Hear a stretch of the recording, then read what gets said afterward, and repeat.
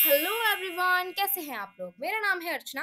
आज की हमारी कहानी है मेहनत का फल। अगर आपने मेरे चैनल को सब्सक्राइब नहीं किया है तो जल्दी सब्सक्राइब कर लो, बेल आइकन को प्रेस कर लो ताकि मेरी हर आने वाली वीडियो की नोटिफिकेशन आपके पास सबसे पहले आए। और कहानी पसंद आए तो लाइक जरूर करना। तो चलिए कहानी शुरू करते हैं। एक रामपुर नामक गांव के लोग आपस में बहुत प्यार से रहते थे। उस गांव में ज्यादातर लोग खेती बाड़ी से ही अपना घर चलाया करते थे और कुछ लोग पशुपालन किया करते थे। चारों ओर शांति बनी रहती थी। सभी लोग आपस में बहुत प्यार से रहते थे।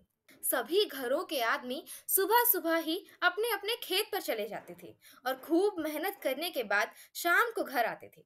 उस गांव में बारिश भी समय समय पर होती रहती थी, जिससे कि किसानों को ज्यादा मेहनत ना कर कर उनके खेतों को अपने आप ही पानी मिल जाता था, जिस वजह से उन सभी की नजरों में पानी की कद्र नहीं रही।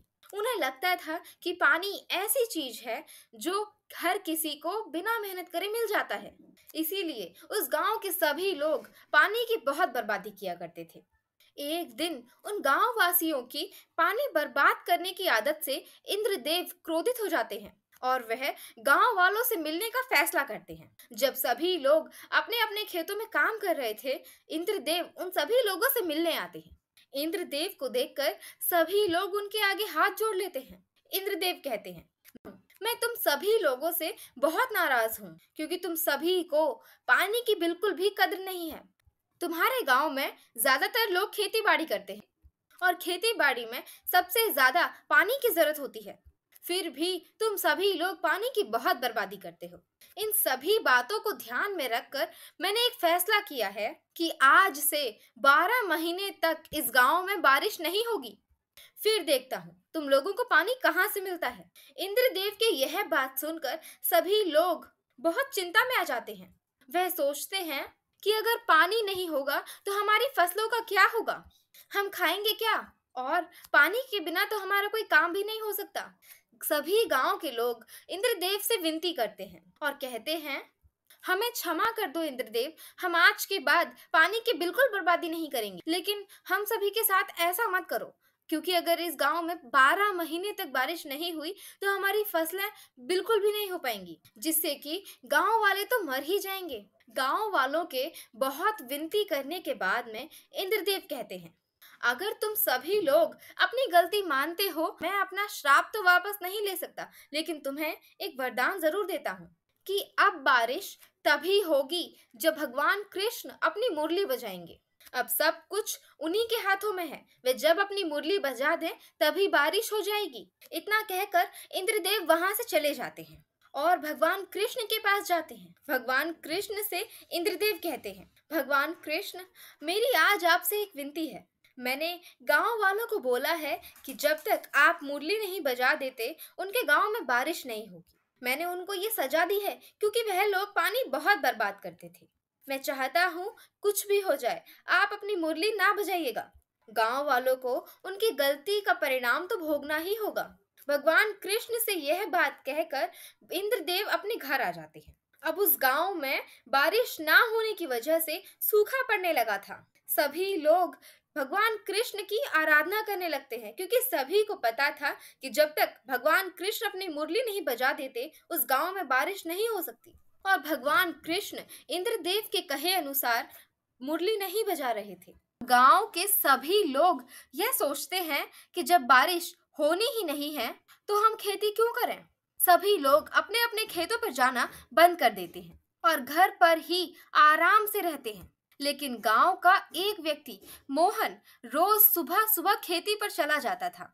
उसे अपने खेतों में हल चलाता देख गांव के सभी लोग कहते हैं कि ये पागल हो गया है क्या, जब इसे पता है कि हमारी खेती होनी ही नहीं है, ये बिना बात की मेहनत क्यों कर रहा है। वह व्यक्ति किसी की बात नहीं सुनता था, बस अपने काम में लगा रहता था।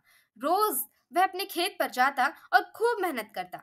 रोज कोई ना कोई आकर उसे हमेशा यही बात कहता था। एक दिन हर दिन की तरह वह अपने खेत पर जाता है और खूब मेहनत से वहां हल चलाता है। एक व्यक्ति उसे आकर कहता है, मोहन, मैं तुम्हें रोज सुबह सुबह देखता हूँ, कोई गांव का व्यक्ति अब खेत पे नहीं आता है, तुम रोज बिना बात के इतनी मेहनत क्यों करते हो।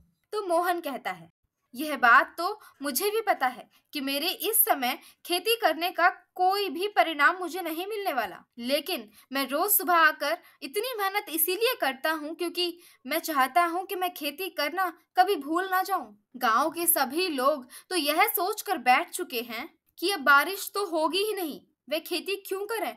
हो सकता है कि भगवान कृष्ण मुरली कल ही बजा दें। मैं रोज इसी आस में रोज खेत पर आता हूँ और खूब मेहनत से खेती करता हूँ ताकि मुरली जब भी बजे मैं हमेशा तैयार रहूं, मेरे खेत उसी समय लहराने लगे। उस व्यक्ति की यह बात राधा रानी सुन लेती हैं। राधा रानी भगवान कृष्ण से आकर कहती हैं, मैंने आज एक गांव के व्यक्ति को एक बात कहते सुना। कह रहा था कि वह खेती इसीलिए करता है कि वह खेती करना भूल ना जाए। कहीं आप भी तो अपनी मुरली बजाना भूल तो नहीं गए। तो भगवान कृष्ण कहते हैं कि हाँ, कह तो तुम सही रही हो, मैंने कई समय से अपनी मुरली नहीं बजाई। मैं जरा बजा कर देख लेता हूँ, कहीं मैं भूल तो नहीं गया। भगवान कृष्ण यह देखने के लिए अपनी मुरली बजाते हैं कि वह कहीं मुरली बजाना भूल तो नहीं गए। उनके मुरली बजाते ही बहुत जोर से बारिश होने लगती है। अब गांव के वह लोग जिन्होंने पिछले समय तक कुछ भी नहीं किया था, उनके खेत यूं ही पड़े थे और मोहन का खेत कुछ समय बाद ही लहराने लगा। इस छोटी सी कहानी से हमें यह सीखने को मिलता है कि हमें कभी भी मेहनत करना, प्रयास करना नहीं छोड़ना चाहिए। क्या पता कब हमें हमारी मेहनत का फल मिल जाए। जब सारे रास्ते बंद हो जाते हैं, हम यही सोचते हैं कि जब हम निकल ही नहीं सकते तो हम मेहनत क्यों करें। लेकिन मेहनत करने वालों की कभी हार नहीं होती, इसीलिए हमें मेहनत करना कभी नहीं छोड़ना चाहिए। और जैसा कि कहानी में बताया गया है कि पानी की बर्बादी हमें नहीं करनी चाहिए क्योंकि जल ही जीवन है। कहानी आपको कैसी लगी है ये मुझे कमेंट में बताइए। कहानी पसंद आई है तो लाइक करें, शेयर करें और बहुत सारे कमेंट करें। और अगर आपने मेरे चैनल को अभी तक सब्सक्राइब नहीं किया है तो सब्सक्राइब कर लो, क्योंकि मेरे चैनल पर आपको हमेशा इसी तरीके की कहानी देखने के लिए मिलेंगी। तो मिलते हैं अगली कहानी में, तब तक के लिए राधे राधे।